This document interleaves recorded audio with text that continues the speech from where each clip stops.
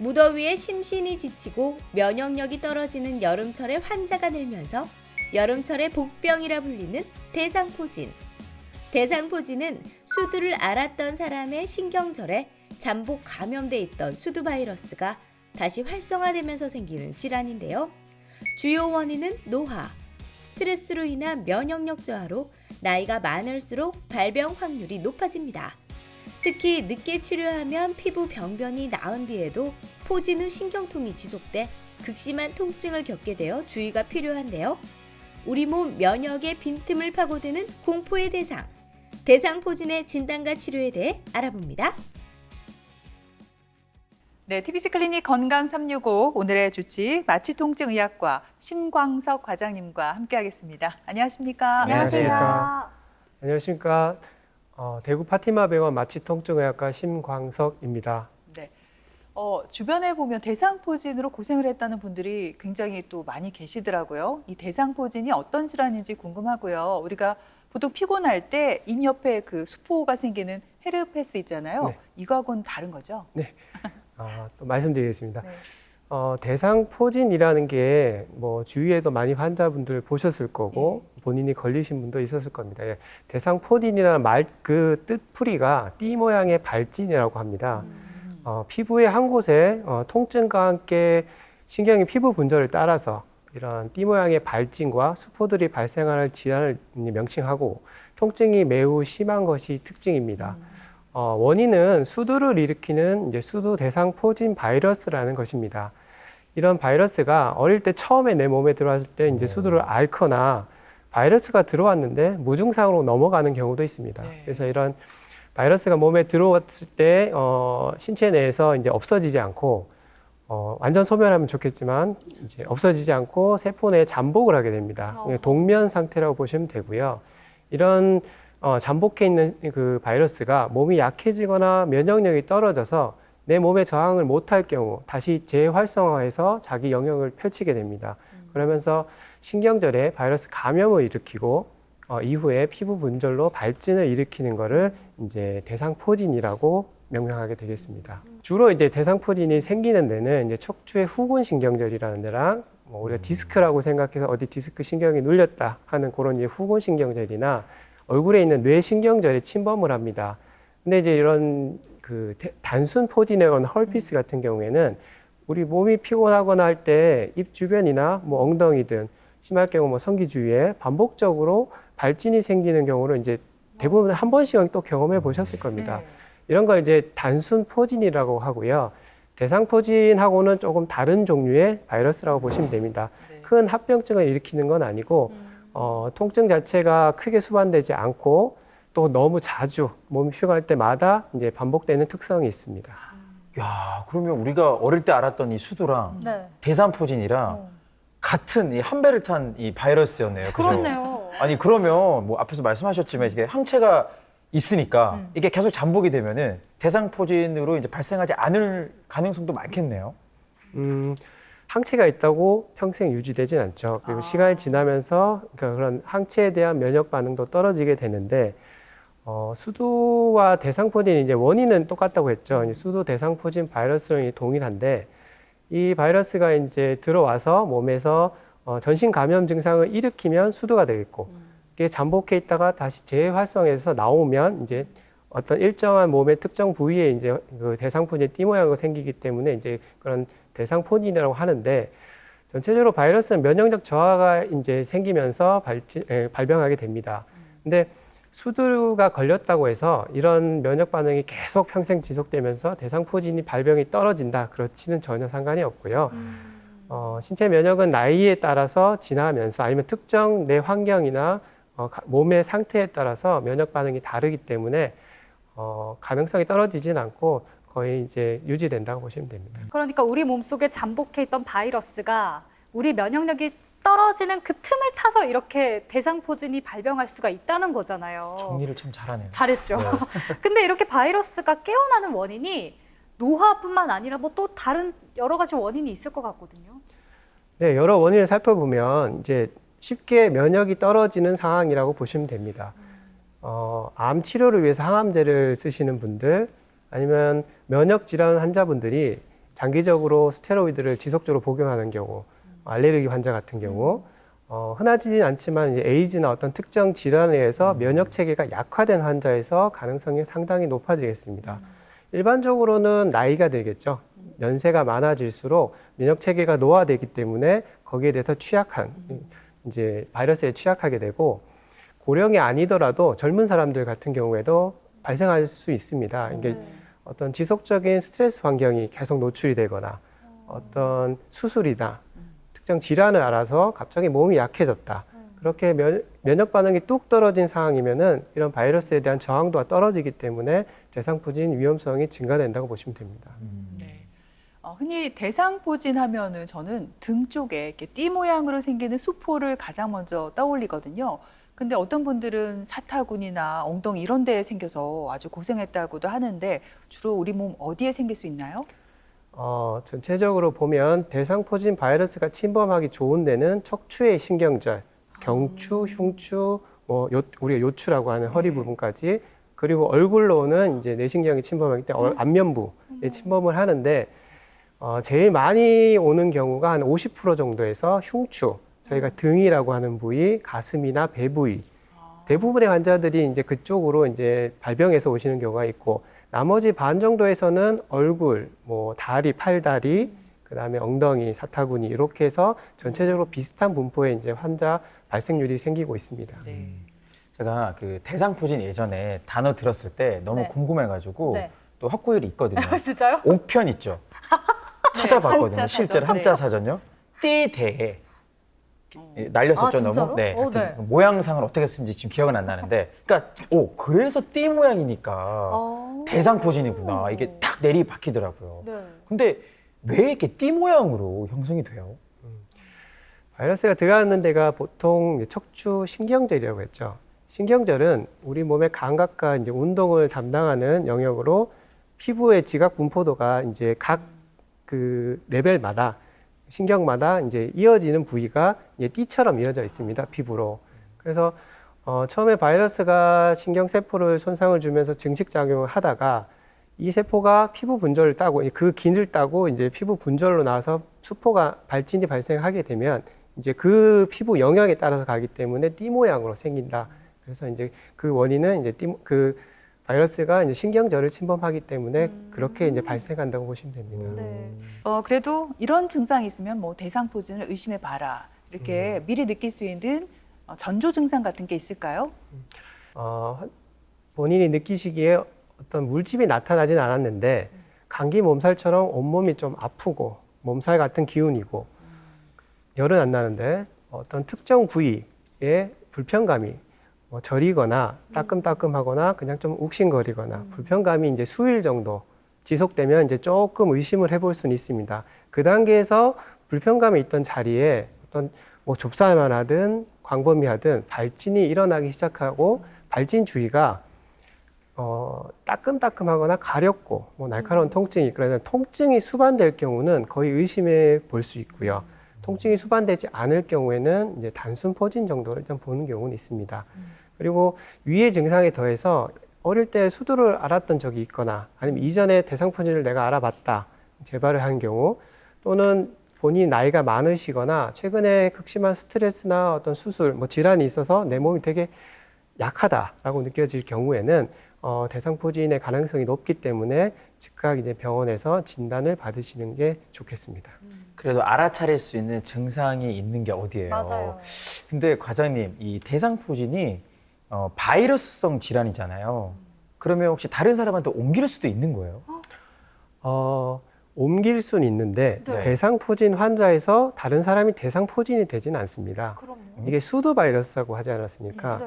그래서 피부에 노출된 바이러스들이 만약에 다른 사람한테 건너가게 되면 수두의 형태로 어머나. 생길 수 있습니다. 오. 하지만 이제 수두가 이런 이제 전염되는 수두의 경우에는 아주 현저히 가능성이 낮습니다. 거의 안 생긴다고 보는데, 그래도 이제 주위에 발생한 환자 주위에 노약자, 유아들, 어린 아이들이 있거나 아니면 면역력이 좀 약한 분들이 계실 경우에는 발진이 사라지는 3주까지는 이제 접촉을 최대한 피하시고 같이 안 만지시는 게 좋습니다. 제 경우 한 10여 년 진료를 보면서 외래 환경에서 딱 한 케이스를 본 적이 있습니다. 어머님이 50대의 어머님이 이제 진료를 보고 계셨는데 아드님이 계속 모시고 다녔거든요. 이게 간병을 한다고. 아드님이 한 20대 초반이셨는데 다 어느 주에 혼자 오신 겁니다. 네. 아드님이 안 오시고 네. 어떻게 됐더니 수두가 걸려서 격리되셨다고. 어머나. 그래서 이제 가능성은 아주 낮습니다. 수두가 이제 발병할 수 있는 가능성은 낮기 때문에 크게 염려할 필요는 없지만 그래도 주의를 기울일 필요는 있다고 생각하시면 됩니다. 그 어머니 약간 마음 쓰이셨겠어요. 효자인데 그러니까. 걸려가지고 그런 그렇죠. 일이 또 있을 수가 있네요. 근데 이게 또 대상포진이 통증도 무섭지만 진짜 또 무서운 이유가 합병증을 또 유발하기 때문이라고 들었어요. 진짠가요? 대상포진은 감염증이죠. 바이러스 예양급성 감염병입니다. 단 이제 합병증이 생길 경우 대상포진의 흔한 합병증이라고 보시면 대상포진 후 신경통입니다.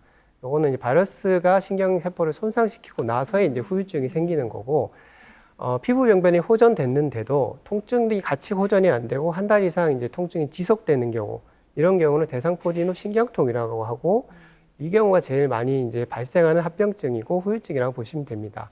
다른 장기로의 이제 합병증은 좀 드문 편입니다.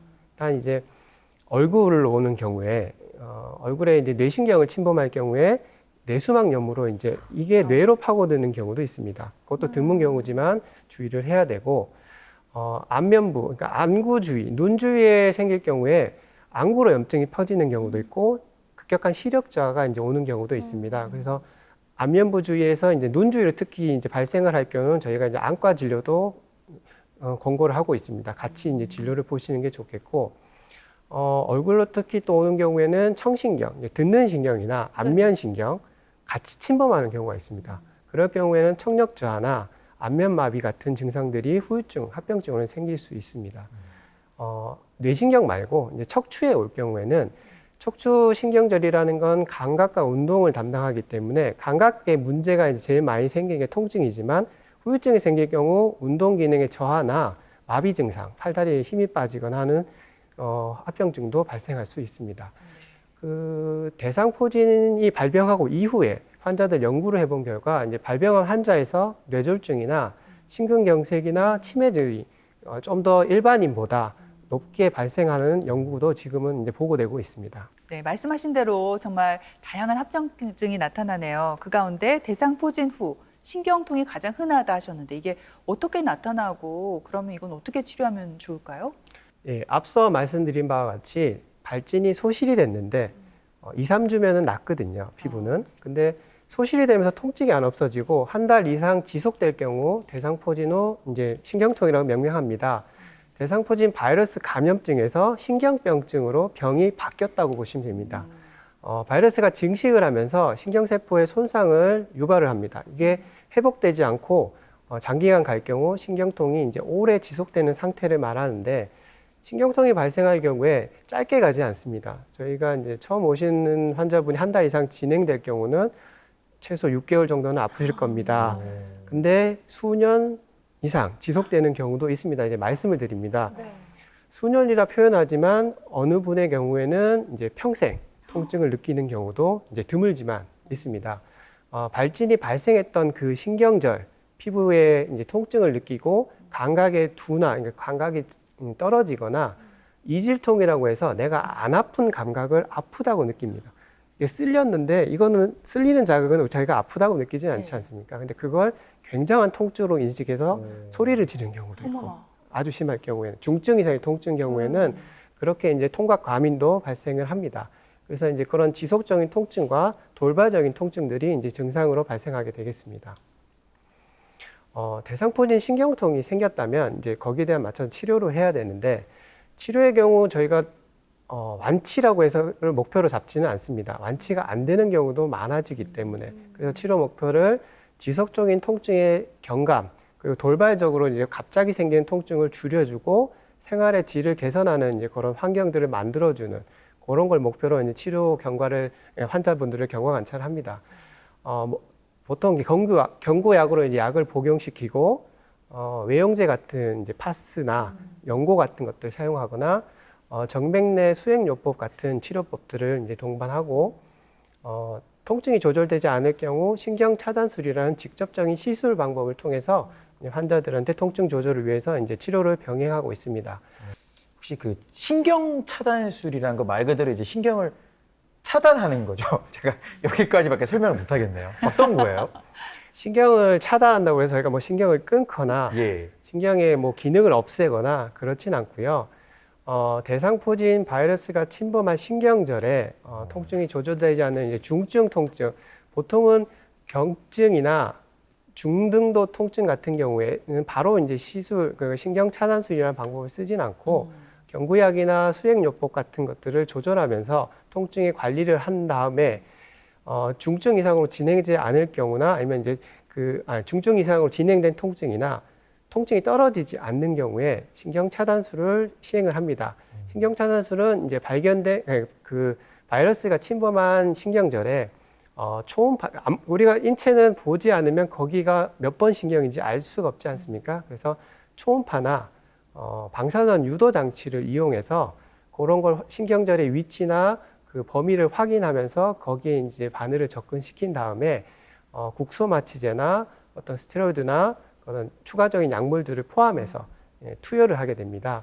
그러면 이제 급성기 통증이나 이제 만성기 통증에서도 통증 경감에 수월한 이제 효과를 많이 보이고 있습니다.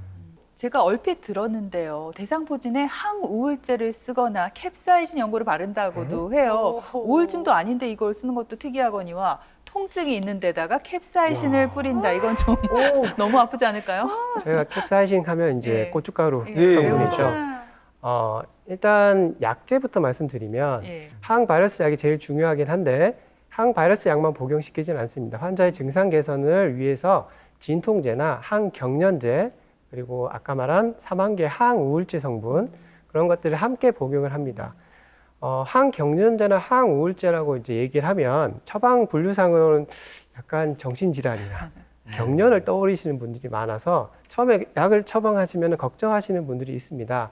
하지만 이제 그런 이제 경련성이나 정신질환에 쓰는 약효를 기대하고 쓰는 게 아니고 통증 자체가 신경의 손상으로 인한 신경통이 이제 주증상이 되기 때문에 그런 신경통을 완화시키는 목적의 기전을 가진 약들을 씁니다. 그게 항경련제하고 우리가 하는 항우울제 성분이 들어가게 됩니다. 그래서 이제 그런 약제를 부담 없이 복용을 하시면 치료 경과에 상당한 도움을 주기 때문에 같이 복용을 걱정 안 하셔도 됩니다. 네. 피부가 급성기 때 3주 이내에 이제 피부가 아물기 전에는 쓰지는 않습니다. 피부가 어느 정도 아문 상태에서 통증이 지속될 때 보통 이제 그런 단계에서 이제 적용을 하는데 캡사이신 연고보다는 이제 리도케인 패치라는 국소마취제가 포함된 파스 형태의 이제 그 붙이는 패치제를 제일 많이 씁니다. 이거는 환자분이 큰 불편감을 호소하지 않고 어떤 부작용이 크지 않기 때문에 주로 많이 쓰는 방법이고 캡사이신 연고도 이제 하나의 치료 방법의 이제 일환으로 쓰고 있는데 말씀드렸다시피 고춧가루 성분이 있겠네 화끈하겠죠. 그 호불호가 좀 많습니다. 좋은 분들은 굉장히 효과를 좋게 생각해서 장기간 쓰는 분도 있는데 어떤 분들은 이게 기전을 보시면 우리가 고춧가루가 피부에 묻으면 화끈하겠죠. 그러니까 이런 화끈거리는 시간을 가지면서 신경 전달 물질, 그러니까 통증을 전달하는 물질을 일시간 소모시키는 겁니다. 그 이후에 통증이 안정기를 갖게끔 하는 이제 통증 완화 기간을 거치는데 그런 효과로 쓰는 단계에서 그 화끈거림이 너무 싫으신 분들도 계십니다. 그래서 항상 캡사이신 연고를 처방할 때는 화끈거릴 겁니다. 괜찮으시면 쓰시고 불편하시면 쓰지 마십시오라고 꼭 설명을 드리고 있습니다. 네. 근데 사실 이게 치료가 됐다고 해서 마냥 안심할 수만은 없는 게 아까 앞에서도 말씀해 주셨듯이 재발할 수도 있다고 얘기를 하셨잖아요. 어떡해요? 재발을 하는 병이죠. 단순 포진 같은 경우에는 쉽게 너무 잘 재발해서 문제인데 대상포진은 쉽게 재발하지는 않습니다. 전체적인 재발률로 치면 보고된 발원은 10% 미만, 그거보다 더 낮게 잡는 경우도 있습니다. 그러나 이제 재발을 할 수 있는 병이기 때문에 일반적으로 이제 재발을 하게 되는 경우에는 자기가 알았던 그 부위가 한 반 정도에서 그 부위 재발을 하기도 하고 다른 부위로 이완돼서 이제 반 정도에서 재발을 하는 경우도 있습니다. 네. 일단 뭐 대상포진 너무 아프니까 안 걸리는 게 가장 좋지 않을까 싶은데 그래서 요즘에는 대상포진 예방 접종도 하잖아요. 실제로 50대 이상의 예방 접종 목록에 보면 대상포진이 있어요. 그러면 50대 미만이 맞으면 효과가 없는 건지 궁금하고 일단 이 주사를 맞으면 완전히 예방 효과가 있는 건가요? 국내 이제 그 대상포진 접종 권장 연령은 60대입니다. 다만 50대에서 60대 환자분들 비율이 굉장히 높은 편이기 때문에 진료를 하는 환경에서는 50대 이상의 성인에서 접종을 하시라고 권장을 하고 있는 상황이긴 합니다. 다만 이제 50세 이전의 성인에서 예방적으로 이걸 해야 되냐 그러면 추천하지는 않습니다. 권장 사항은 아니고요. 정상적인 생활, 규칙적인 운동, 일상적인 생활에 큰 무리가 없는 상황이라면은 면역 저하가 발생하지 않는 상황에서 굳이 권장하지는 않습니다. 다만 50세 이전이라 하더라도 고혈압이나 당뇨, 만성 기저질환 등을 오랜 기간 앓고 있는 경우 또는 면역 결핍이나 면역 억제제를 복용하는 환자들의 경우에는 백신 접종을 추천하고는 있습니다. 예방 접종을 했는데 그러면 100% 예방이 되느냐? 그렇진 않습니다. 지금 국내에서 작년까지 이제 하나의 종류의 백신이 이제 접종 대상으로 돼 있고요. 그걸 약독화 생백신이라고 합니다. 이 생백신을 맞을 경우에 연령별로 좀 다르게 나타나지만은 50대 이후에서 80대까지 치면 한 30%에서 60% 정도의 예방적 효과를 보인다고 보시면 됩니다. 안 그래도 제가 그 기사를 찾아봤더니 네. 작년 말쯤인가요? 새로운 대상포진 백신이 또 나왔더라고요. 또 업그레이드가 된 거예요. 상당히 업그레이드가 됐죠. 우와, 네. 우와. 전혀 이제 다른 종류의 이제 백신이 나온 건데, 앞선에 이제 약독화 생백신이라고 그게 국내에 유일했습니다. 이름으로 두 가지가 있지만은 하나의 백신밖에 없었던 거고, 국내에서 이제 2022년까지 유일한 생백신이었고, 이 백신의 경우에는 대상포진의 그런 나이가 많아질수록 그런 예방률이 현저히 떨어지는 단점이 있었습니다. 그래서 그런 단점에도 불구하고 약이 하나밖에 없기 때문에 일단은 백신은 맞으시라고 얘기를 드렸던 거고, 다만 발병 초기에 통증을 많이 줄여주는 효과도 기대해 볼 수 있고 대상포진으로 신경통의 이완 가능성을 낮춰주기 때문에 백신 접종을 권장하고 있는 상황이었습니다. 그러나 이제 작년 12월, 그러니까 올해라고 보시면 됩니다. 작년 12월부터 올해 새로운 유전자 재조합 백신이라고 출시가 됐습니다. 이거는 생백신, 그러니까 살아있는 바이러스 백신이 아니고 사백신입니다. 재조합된 백신이고, 우리나라에 이제 올해 출시됐다고 이게 새 약이냐? 그렇진 않습니다. 이게 나온 지는 꽤 됐습니다. 미국이나 일본, 유럽 등지는 이미 오래전부터 이 접종의 백신으로 이제 변경된 경우가 많은데, 국내에는 좀 출시가 늦은 편입니다. 이 백신이 이제 장점이라고 하면 이제 약독화 생백신과 비교를 해봐야 되는데, 약독화 생백신 같은 경우는 나이가 들수록 그런 예방률의 차이가 적게 나타난다고 보지만은 이런 재조합 백신 같은 경우에는 나이와 상관없이 90% 이상의 그런 예방률을 보입니다. 뭐 70대에 맞든 90대에 맞든 대상포진의 저항도를 굉장히 높여주기 때문에 그 재조합 백신의 그런 장점이 뚜렷하게 있고요. 그리고 이 바이러스 백신을 얼마마다 뭐 맞냐, 이제 그런 걸 좀 궁금하시는 분들이 있습니다. 그러니까 재조합 백신의 경우에 10년 정도 뒤에 그런 이제 그 면역 반응의 유효성 테스트를 해봤는데 80% 이상에서 유지가 된다라는 연구 결과가 지금도 나오고 있습니다. 그래서 장기간 그리고 그런 예방률 자체도 높다, 그렇게 보시면 되고요. 국내에서는 올해 이제 나왔지만 미국 같은 경우에는 이전에 이제 수년 전부터 이제 백신 자체가 접종을 시작했고, 미국은 60세에서 50대로 접종 연령을 낮췄습니다. 그리고 2020년대 이후에는 생백신을 아예 이제 맞지 말고 재조합 백신만 맞으라고 백신 권고사항 자체가 바뀌었습니다. 그 재조합 백신이 또 하나의 이제 차이점이 있다면, 저희가 이제 면역 억제제를 쓰시는 젊은 성인들, 19세 이상의 성인에서 어떤 질환에서 쓰는 경우, 아니면 면역력이 떨어지거나 그런 면역 억제제를 쓰는 환자에서 생백신 같은 경우에 접종이 금기돼 있습니다. 쓰지 말라고 돼 있지만 그 재조합 백신 같은 경우에는 추천을 하고 있습니다. 맞아도 되고 예방적인 효과가 기대되기 때문에 맞으라고 권고되고 있습니다. 제조합 백신은 그 생백신 같은 경우에는 한 번 맞습니다. 그러나 이제 제조합 백신 같은 경우에는 2번을 맞게 되고 2개월 간격으로 맞는 걸 추천드립니다. 그러면 비용이 늘어나겠죠. 네. 비용 대비에 치면 비용적인 부담은 좀 되지만 효과적인 기능으로 보면은 제조합 백신을 맞는 걸 추천드리고 있습니다. 피할 수 있으면 최대한 만나고 싶지 않은 대상, 대상포진에 대해서 오늘 자세한 이야기 들어봤습니다. 아까 말씀해 주신 것처럼 수포가 나타나기 전에 전조 증상이 있다고 하셨잖아요. 이럴 때는 빨리 선생님 계시는 마취통증의학과를 달려가는 게 좋겠죠. 꼭 저한테 오실 필요는 없고요. 가까운 의원을 방문하셔서 발진이 있거나 혹시나 통증 부위가 대상포진과 유사한 신경통 양상으로 나타나는지 확인한 후 진단을 받으시는 걸 이제 권유드립니다. 대상포진은 생명에 지장이 없는 병입니다. 그러나 이제 심각한 통증이나 후유증을 유발할 수 있기 때문에 장기간 생활의 질을 많이 떨어뜨립니다. 그리고 사회적 비용을 많이 올려버립니다. 그래서 그런 문제들 때문에 대상포진이 처음에 생겼을 때 빨리 초기 빠른 진단과 치료가 이제 중요하다고 생각됩니다. 그리고 의심되는 증상이 생기고 발진이 있다. 그러면 이게 뭐 통증이 별로 없다 하더라도 가까운 의원에 방문하셔서 대상포진인지 아닌지를 정확하게 한번 진단을 받고 안심을 하시는 단계로 가시는 게 좋겠고요.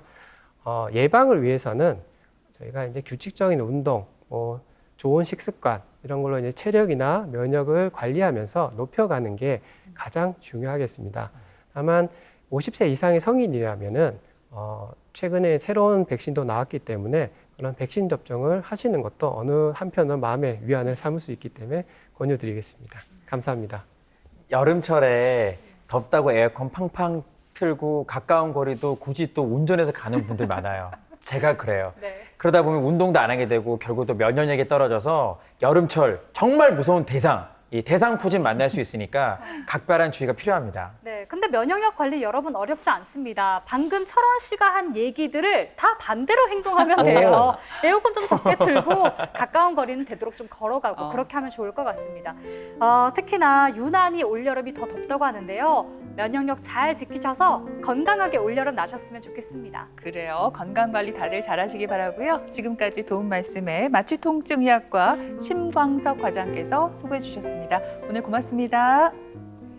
네, 그리고 예은 씨, 철원 씨도 수고했습니다. 고맙습니다. TBC 클리닉 건강 365 저희는 다음 주 시간에 다시 오겠습니다. 고맙습니다.